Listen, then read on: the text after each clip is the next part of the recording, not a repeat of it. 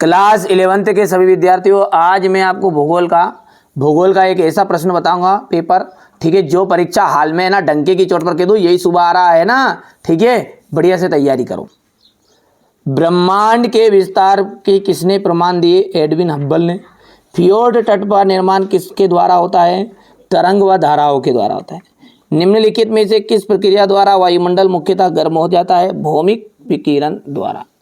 भारत का अक्षांशीय विस्तार है 30 डिग्री। निम्नलिखित में से कौन सी नदी भ्रंश घाटी में बहती है? नर्मदा। ज्वारी वनों का सुंदरी main Grove. UEC sample America देश के भूगोलवेत्ता है। वृहद संचलन में गुरुत्वाकर्षण शक्ति सहायक होती है। समुद्र तट तल पर औसत वायुमंडलीय दाब 1013.2 मिलीबार है। और ब्राजील देश में प्रथम पृथ्वी सम्मेलन हुआ था। हिमालय के गिरिपद पर पर्णपाती वन पाए जाते हैं। और कर्नाटक राज्य में पूर्व मानसून वर्षा आम्र वर्षा को कहते हैं। स्थल मंडल का जाएगा भूपर्पटी व मेटल का ऊपरी भाग। अंतर्जनिक बल का जाएगा आपका भू आकृति निर्माण। पृथ्वी का जो कंबल है वो जल वाष्प को कहते हैं। भारत का क्षेत्रफल है 32.8 लाख वर्ग किलोमीटर। भारत का क्षेत्रफल कितना है? ये तो हो गया। लूनी नदी कहां पर है? राजस्थान में। अब एक वाक्य में उत्तर, 5 एक वाक्य में उत्तर आपके आएंगे। भूकंप मापी यंत्र को क्या कहते हैं? सिस्मोग्राफ।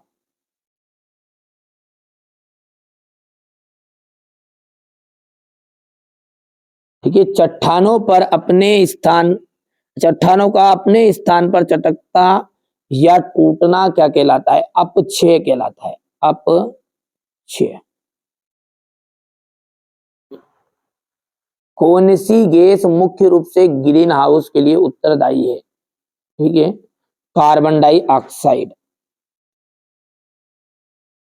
भारत और श्रीलंका के बीच कौन सी जल संधि हुई? पाक जल संधि।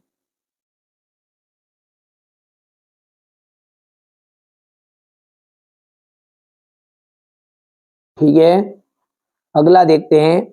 प्रायद्वीपी पठार को कितने भागों में बांटा गया है? तो 3 भागों में बांटा गया। कितने भागों में भैया? 3 भागों में।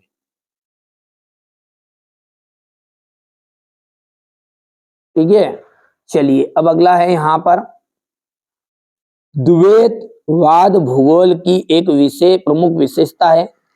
बिल्कुल सत्य बात है आपकी ये। निहारिका परिकल्पना गणितज्ञ लाप्लेस ने प्रस्तुत की थी। सत्य है। खुले महासागरों में सबसे अधिक लवणता कर्क और मकर रेखा के पास मिलती है। ये भी आपका सत्य है। विषैले रसायनों के उपयोग से पर्यावरण प्रदूषित होता जा रहा है। सत्य है। भारत के मध्य कर्क रेखा से गुजरती है। भारत के मध्य से कर्क रेखा गुजरती है, बिल्कुल।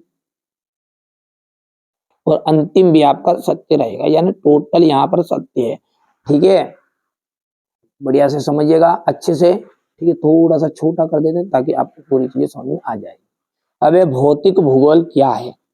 द्वैतवाद क्या है? भारत में द्वैतवाद को समझाइए।